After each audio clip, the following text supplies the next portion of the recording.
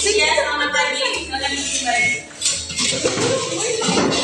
Apa kabar semuanya hari ini? Baik, Bu. Oke, sebelum dimulai, Ibu absen dulu ya.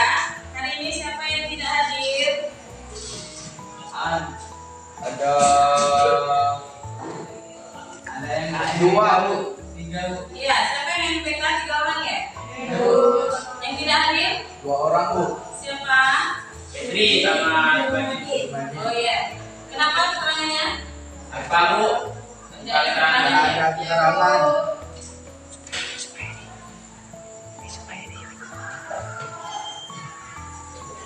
Ya, sebentar ya.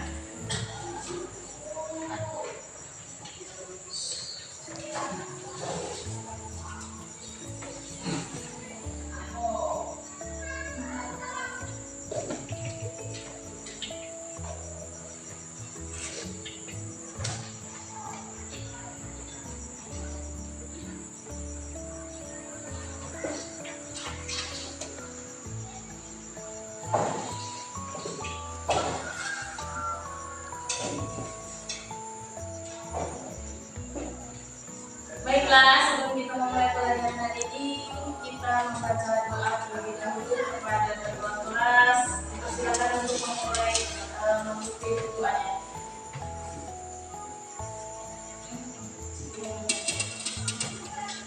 Sebelum belajar, marilah kita membaca doa dengan kepercayaan masing-masingnya. Doa dimulai.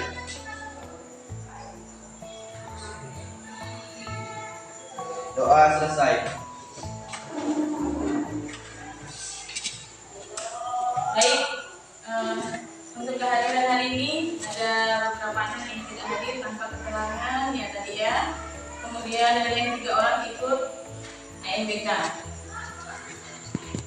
Oke, nah sebelum kita masuk ke materi kita pada hari ini, nah sebelum kita membahas materi ini, minggu lalu kita sudah membahas materi tentang apa?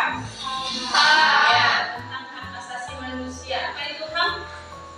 Berangkat dari etika pada kita dan keberadaan manusia sebagai makhluk hidup Tuhan Yang Maha Esa. Iya, hak asasi manusia yang melekat pada diri manusia yang sudah ada sejak dia lahir, ya kan? Kemudian ada juga yang membahas tentang apa? Kasus-kasus pelanggaran HAM. Di antaranya ada penyebabnya. Nah, kasus itu terjadi itu kan ada penyebabnya. Ada penyebab dari faktor Internal dan eksternal. iya, ada faktor internal dan eksternal. Kemudian ada faktor internalnya apa? Sikap egois atau selalu mementingkan diri. Iya, ada sikap egois, mementingkan diri sendiri, tidak memikirkan perasaan orang lain, itu tidak termasuk sikap egois. Kemudian apa lagi? Kita Rendahnya kesadaran HAM. iya, rendahnya. Kita karena rendahnya kesadaran HAM tadi sehingga orang tersebut melakukan pelanggaran HAM. Kemudian selain pelanggaran HAM, yang terakhir tentang apa kemarin?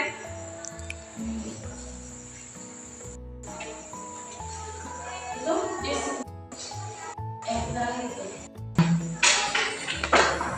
Jadi itu tadi berkenaan dengan materi kita yang telah lalu yaitu berkenaan dengan hak asasi manusia. Kemudian di sini bahwa benar. Jadi kalau jika kalian memahami materi, mengerti materi yang disampaikan, maka kalian akan dapat mempelajari materi itu dengan baik, menerima materi itu dengan baik, dan bisa mengambil manfaat dari materi tersebut. Manfaatnya apa? Nah, kalau kalian paham tentang HAM, tentunya kita tidak akan melakukan pelanggaran hak asasi manusia. Baik, nah sebelum kita masuk ke materi kita hari ini, supaya kalian lebih bersemangat dalam pembelajaran, kita menyanyikan sebuah lagu wajib nasional.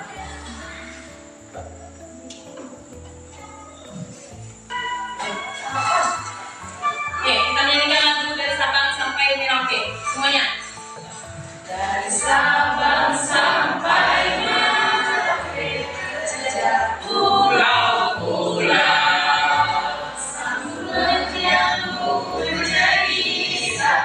Itulah Indonesia, Indonesia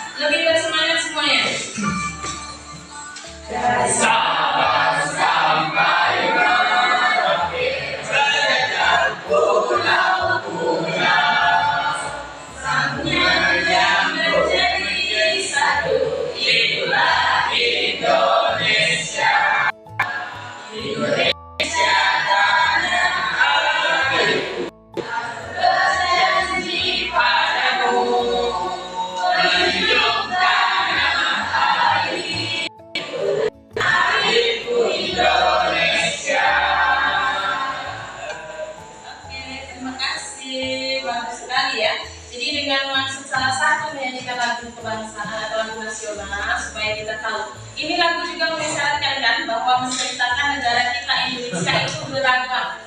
Dari Sabang sampai Merauke itu beragam, ya kan? Ada suku, budaya, bahasa yang berbeda-beda. Tapi negara kita berbeda.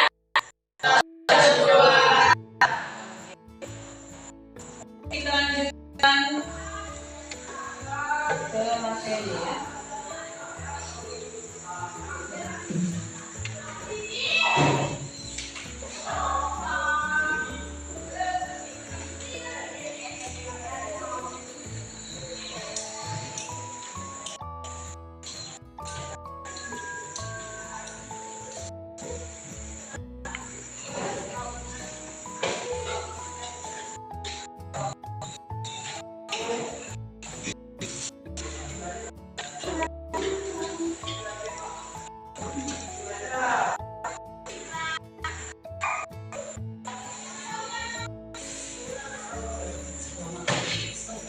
Materi kita pada hari ini yaitu tentang sistem dan dinamika demokrasi Pancasila. Sebelum masuk ke jauh lebih ke materi, kita mempersepsi dasar kita, yaitu nanti dengan mempelajari materi ini yang berkaitan di dalamnya itu ada menghargai nilai-nilai ketuhanan sesuai Undang-Undang Dasar 1945, kemudian berperilaku santun dalam berdemokrasi Pancasila, kemudian mengkaji sistem dan dinamika, serta menyajikan hasil kajian tentang sistem dan dinamika demokrasi di negara kita.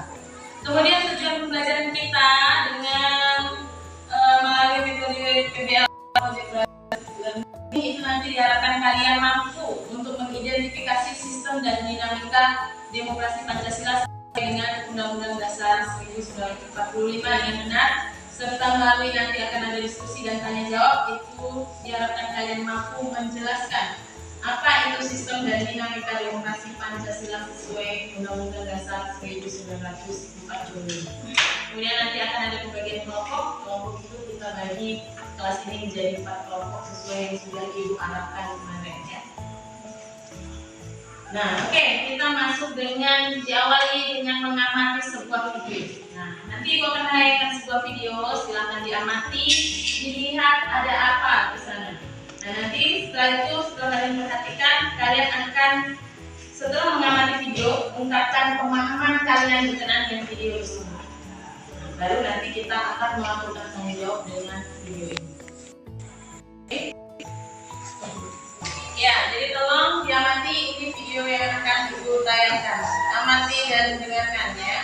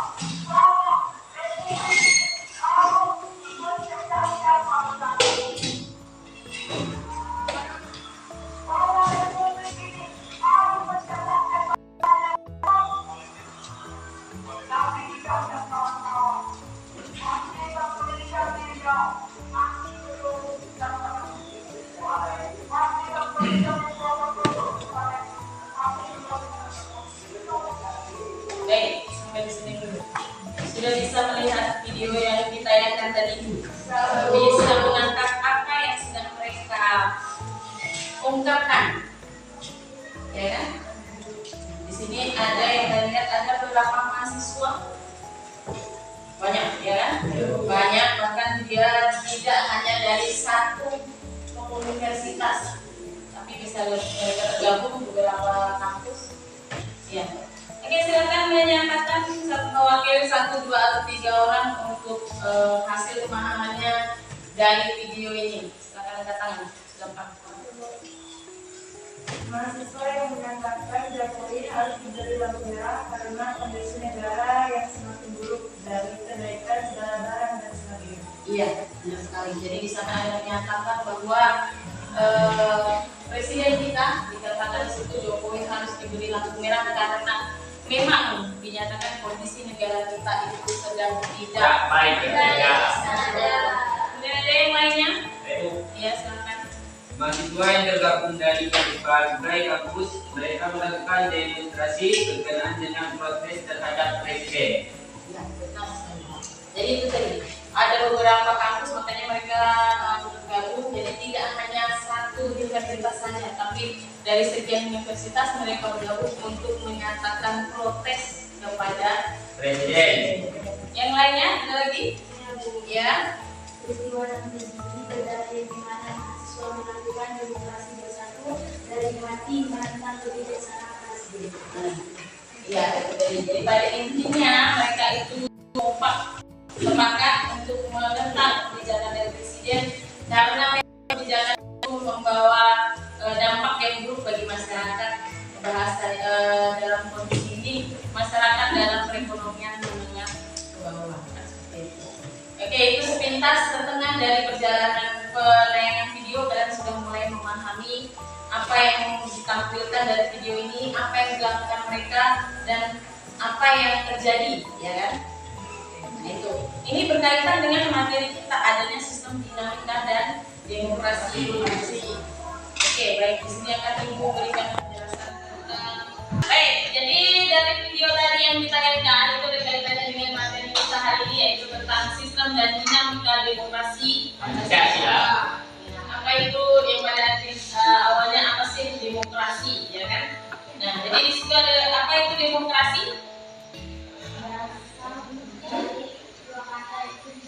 Iya, iya. Di situ ada berasal demokrasi itu berasal dari dua kata, yaitu demos dan kratos. Demos yang berarti rakyat, kemudian kratos yang berarti pemerintahan. Jadi pada intinya itu dengan pengertian itu demokrasi itu bisa diartikan sebagai pemerintahan rakyat. Kemudian ada menurut salah satu ahli yaitu Abraham Lincoln yang menyatakan demokrasi adalah Suatu sistem pemerintahan dari rakyat, oleh rakyat dan untuk rakyat. iya, suatu sistem pemerintahan yang dimana dia diberikan dari rakyat, oleh rakyat dan untuk rakyat. Jadi lebih mengarah semuanya prosesnya itu melalui rakyat. Nah, kemudian klasifikasi demokrasi itu sendiri ada beberapa, di antaranya yang pertama yaitu berdasarkan berdasarkan titik berat pandangnya, yaitu berat perhatiannya yaitu yang termasuk di dalamnya ada demokrasi formal, kemudian material, dan juga gabungan. Kemudian ada yang berikutnya yaitu berdasarkan ideologi. Ada di antaranya di dalamnya yaitu demokrasi, liberal dan demokrasi syariah. Kemudian selanjutnya berdasarkan proses penyaluran kehendak rakyat itu ada demokrasi langsung dan kemudian yang selanjutnya itu tentang prinsip-prinsip demokrasi. Prinsip demokrasi itu diantaranya itu menyelesaikan perselisihan secara damai, sehingga tidaklah terjadi kondisi seperti tadi, demonstrasi, kemudian tawuran dan sebagainya. Bagaimana prinsip demokrasi itu supaya kita menyelesaikan segala sesuatu perselisihan atau permasalahan itu dengan cara yang damai. Kemudian menjamin terselenggaranya perubahan juga secara damai. Ya, kalau tadi ada kebijakan begini gitu, itu akan terjadi perubahan. Makanya perubahan terjadilah kenaikan harga barang, terjadilah ketidaksepahaman antara rakyat dengan pemimpin, sehingga bagaimana kita menjamin terselenggaranya segala perubahan itu secara damai. Kemudian menyelenggarakan pergantian pimpinan secara teratur, membatasi pemakaian kekerasan dan menjamin tegaknya keadilan. Itu prinsip demokrasi. Kemudian selanjutnya ada dinamika penerapan demokrasi Pancasila. Di situ ada prinsip demokrasi Indonesia yaitu demokrasi yang berketuhanan yang Maha Esa. Ya, intinya kalau kita ini semuanya beragama, percaya, punya keyakinan itu untuk melakukan hal yang buruk itu bahasanya kita berpikir kembali poin. Ini ada konsekuensinya. Tentunya kalau berkaitan dengan Tuhan itu ada hal-hal yang memang dilarang dalam agama. Kemudian demokrasi dengan kecerdasan, kedaulatan rakyat, rule of law, kemudian bisa kuasa negara, HAM dan kemakmuran yang berkeadilan sosial. Kemudian periodisasi, ada periodisasi atau perkembangan demokrasi Pancasila itu ada dimulai dari pada periode 1945 hingga sampai tahun 98 sampai saat ini. Itu periodisasi demokrasi Pancasila. Kemudian ya, ini tadi sepintas tentang materi kita hari ini. Jadi ini ada dulu sebelum kita lanjut ke materi dulu, sampai di sini ada yang ditanyakan berkenaan dengan materi kita. Ya, silakan. Apa untuk mewujudkan negara demokrasi, apakah harus ada kerjasama antara pemerintah dan rakyat? Ya, bagus sekali pertanyaannya. Ada yang menanyakan bahwa apakah perlu adanya kerjasama antara rakyat dengan pemerintah untuk mewujudkan demokrasi ini? Ya, sebelum itu jawab, mungkin teman-temannya ada yang mau menyampaikan pendapat secara logika aja, kan? Ya, silakan.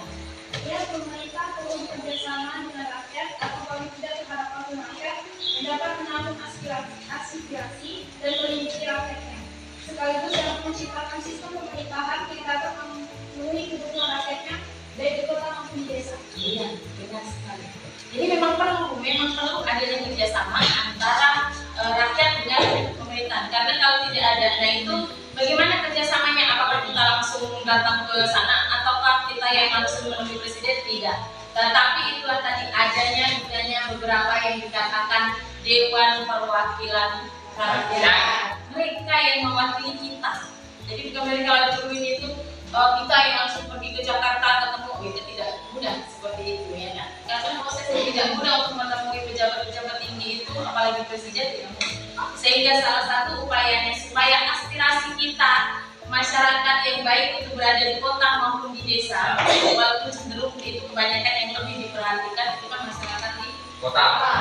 Kita yang di kampung ini yang di pelosok biasa justru lebih terabaikan, ya kan? Ya, Bu. Makanya ada pemilihan calon legislatif, itu calon-calon orang-orang yang menjadi wakil kita untuk menyampaikan keinginan kita, maunya apa sih di desa kita ini, kurang apa di kampung kita ini, bagaimana, oh tidak ada jaringan internet, tidak ada sinyal, itu bagaimana mereka menanggapi atau membuat supaya kampung ini lebih maju lagi, kan misalkan seperti itu. Nah, itu gunanya kerjasama antara pemerintahan dan rakyat. Tapi kalau tidak ada kerjasama, kemudian mereka pemerintahan masing-masing pakai mesin, ya habislah negara kita.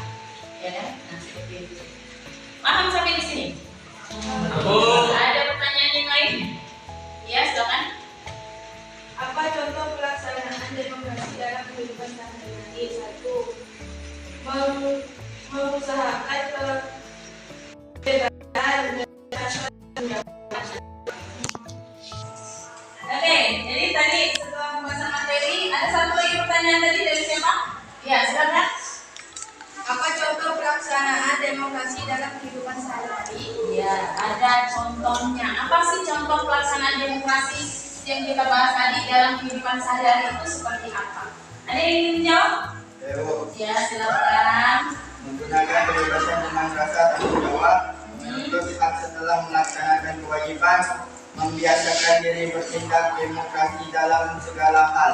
Ya. Jadi ada dikatakan di situ yang pertama yaitu apa Rami?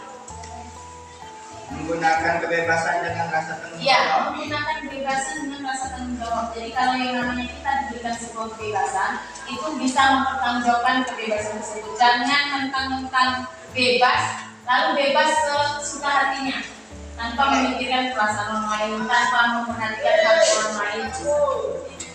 Kemudian kita boleh menuntut hak setelah kita melakukan kewajiban. Jangan kita maunya menuntut hak terus, tetapi tidak mau melakukan kewajiban. Sama halnya seperti orang bekerja. Dia maunya digaji terus, tapi tidak mengerjakan apa sih? Ya, Bu. Jadi dia harus seimbang. Bekerja dulu baru bisa mendapatkan gaji. Melakukan kewajiban dulu baru bisa menuntut hak. Nah, itu salah satu ada beberapa contoh pelaksanaan demokrasi dalam kehidupan sehari-hari. Baik, itu penjelasan tentang materi. Kemudian kita lanjut ke tugas kelompoknya. Ya, nah ini adalah tugas kelompok kalian yang dimana tadi sudah kita bagi menjadi 4 kelompok, ya kan? Ya, Bu. Nah, 4 kelompok itu kelompok. Oke, sebelum menjelaskan pembagian tugasnya, silakan berbaur dengan kelompoknya masing-masing. Ya, silakan. Dari geser 4. Kemudian itu udah 4, ini 4, oke, baru 3. Jadi dulu kan berkelompok, jangan seperti ini.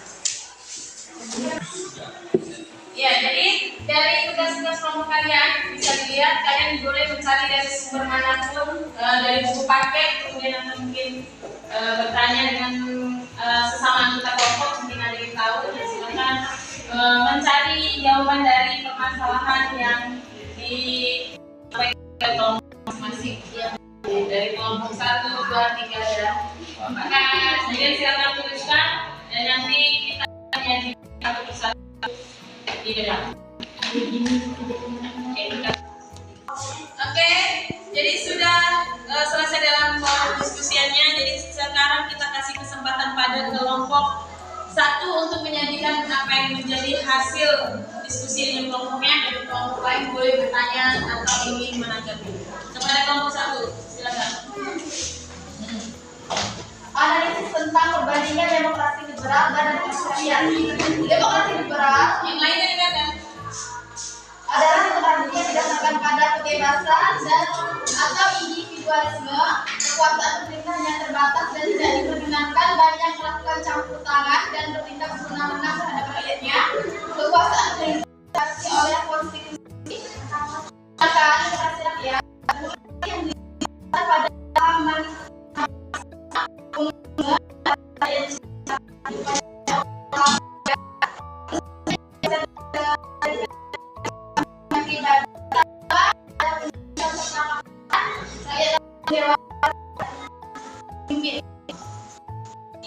Itu kan dari kelompok 1. Kelompok lainnya ada yang ingin menanggapi atau ingin bertanya? Oke, silakan.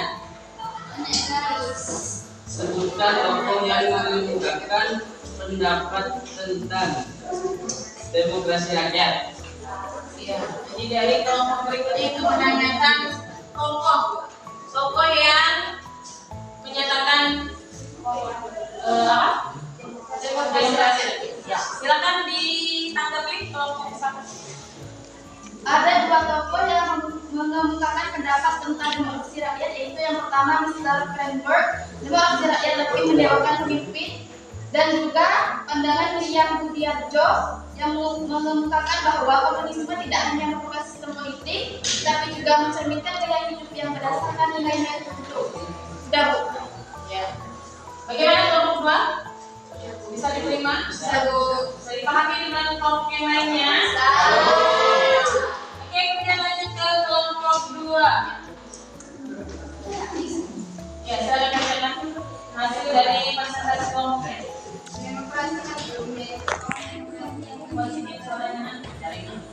Berdiri. Demokrasi langsungnya itu paham demokrasi yang komitmen sepakat setiap warga negaranya dalam permusyawaratan untuk menentukan kebijaksanaan untuk negara atau negosiasi secara utuh. Demokrasi tidak langsung yaitu paham demokrasi yang berkelanjutan melalui sistem perwakilan. Penerapan demokrasi seperti ini berkaitan dengan menyatakan suatu negara yang jumlah penduduknya semakin banyak, wilayahnya semakin luas, dan permasalahan yang dihadapinya demokrasi tidak demokrasi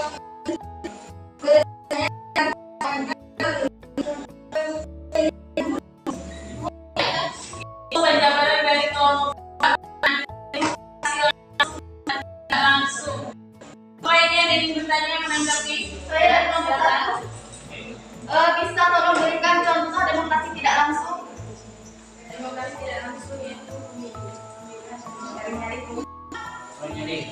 ya, contoh dari demokrasi tidak langsung yaitu Pemilihan ya, pelaksanaan pemilihan itu demokrasi tidak langsung yang dimana kita itu tidak langsung maksudnya hadir menemui wakil dan sebagainya. Jadi melalui pemilu itu kita melalui demokrasi yang dimana kita tidak melakukan secara langsung ada antaranya. Nah itu tadi bahasa kelompok 1 dan 2. Selanjutnya kelompok 3, silakan mereka hasil diskusi kelompoknya. Demokrasi terpimpin merupakan mengembalikan total dari proses politik yang berjalan pada masa demokrasi parlementer. Demokrasi Pancasila. Kelompok ketiga, silakan. Demokrasi terpimpin merupakan pengembalikan total dari proses politik yang berjalan pada masa demokrasi parlementer. Demokrasi Pancasila masih jauh dari harapan pelaksanaan nilai Pancasila konsekuen hanya dijadikan alat politik penguasa belaka. Ya, itu dari kelompok yang masih tentang apa kan? Demokrasi pimpinan dan Ya, demokrasi terpimpin dan demokrasi Pancasila. Dari kelompok yang lainnya ada yang ingin menanggapi pertanyaan atau silakan.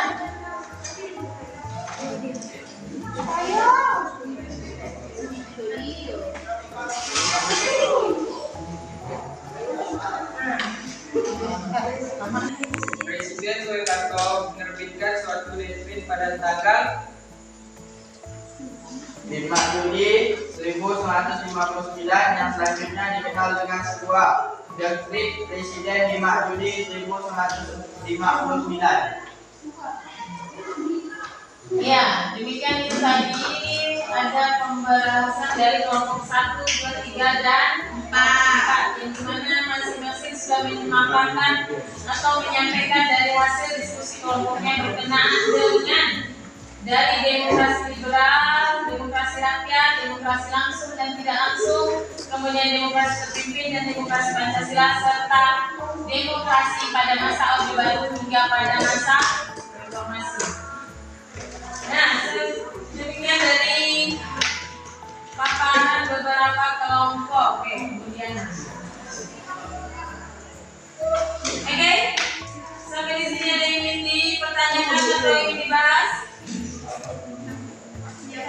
Ya, jika tidak ada, kita simpulkan pembahasan kita hari ini, yaitu berkenaan dengan Islam dan dinamika demokrasi. Pancasila. Simpulkan pelajaran kita yaitu pengertian